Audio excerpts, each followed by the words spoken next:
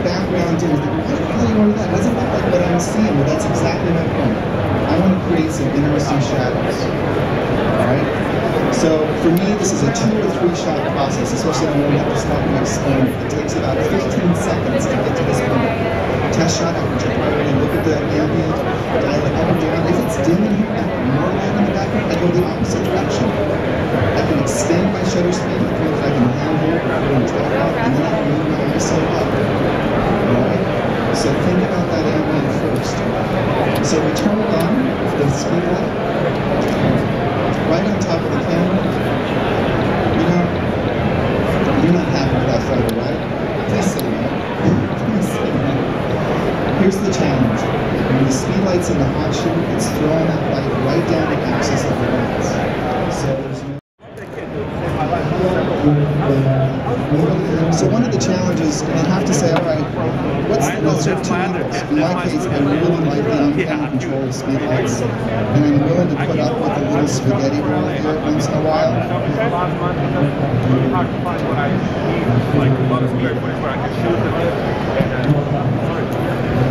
So the way you tell if the speed light through the cable is still connected is you literally just pull up that external speed light control menu.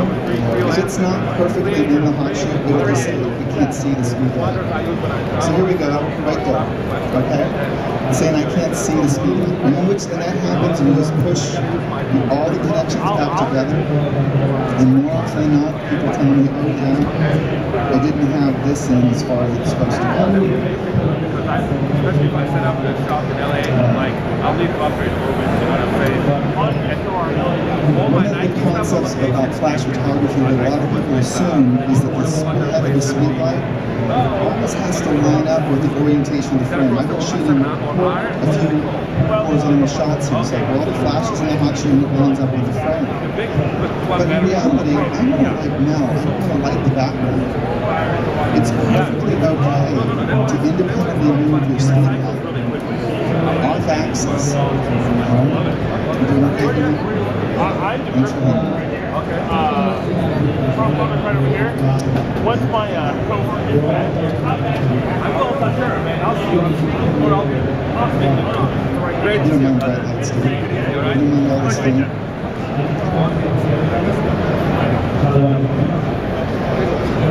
That's good. Alright. 2 modes in flash that I work with, ATTL and manual. ATTL is fantastic automatic flash technology. I use ATTL when I'm either working really, really fast and I just want to get close with my light, and I'll use flash exposure compensation and dial it up or down. Or I use ATTL when the distance between the subject and the flash is dynamic, meaning I'm either moving or my subject is moving. In an environment like this, where it's static and locked down, you can use manual. And the advantage to manual is it's very precise and repeatable. So if you're actually working through a whole series of people, if you're doing a whole bunch of VIP shots, man, you want to use manual instead of ATTL, because once you get the flash power dialed in, then you don't have to change it. People step out and you just move them right through. So through the cord, I'm changing the flash power. I'm just going to take a guess.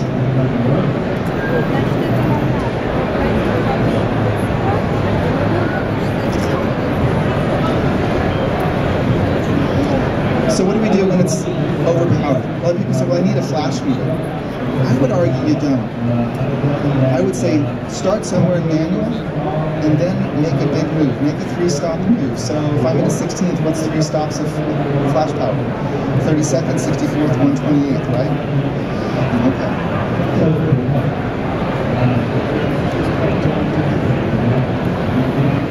So can you see why I like these cords? I don't have to run over here and push buttons and turn dials and things like that.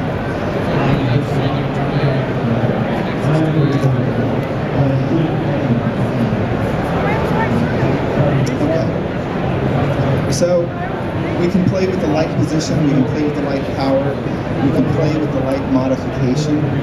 So since the folks at Last Light were kind enough to let me have the stage for this club, I'm going to show you one of my favorite softboxes, the Easy Box. And the thing about the Easy Box that's great is it's pretty much sill-proof, meaning that I can throw it in my bag, take it on the road, and pop it open. And it actually collapses down. I live out in the West. We have those windshield sunscreens we fold up to keep our dashboards from burning up.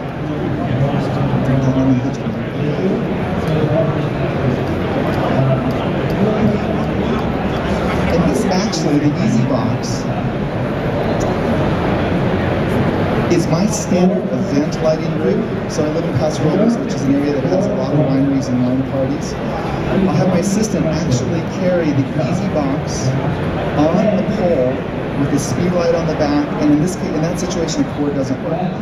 So in a situation like this, when I'm moving really fast, I got like 45 seconds. This guy's gonna get the hook and say, "Syl, time's over." In ETTL, it's going to come really close to what the camera thinks is the right exposure. And then I can use flash exposure compensation to dial it up or down. So let me make that a couple of shots really quick. You doing okay there, man?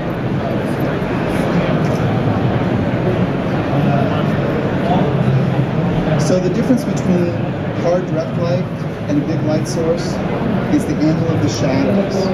We're creating softer light. Mel's not really a guy I would want to use a lot of soft light on him, okay? I would tend to throw hard light on him and give him an edge, okay? I think he's a guy who's got an edge.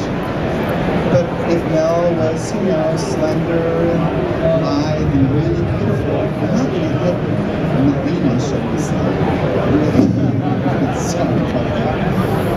with hard light, really soft light. So know that you've got a range of modifiers. So in the case of flash exposure compensation, when I looked at that image, I was like, you know, it needs a bit more punch. So what flash exposure compensation does in ETTL is say, whatever the camera meters is going to be for every one of flash, it's now going to add one full stop of power to the flash.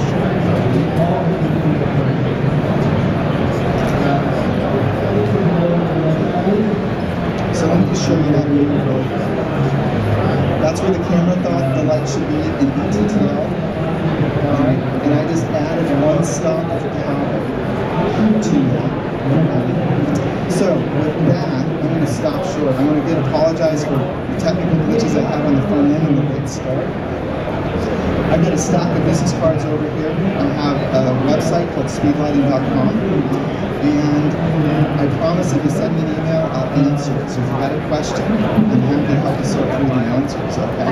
My publisher, Peachpit Press, would kill me if I didn't do one of these and show you the Speedlighters Handbook, right? So 65% of this book, 2/3 of this book is non-denominational. If you're Iconian, then skip the chapters that tell you how to run the buttons and dials. The other 2/3 of the book applies to you as well. Everybody give a round of applause to Mel. And Mel, for standing up there, I'm going to get you a book. All right? You've already got one. You told me that, but you're going to get a virgin copy.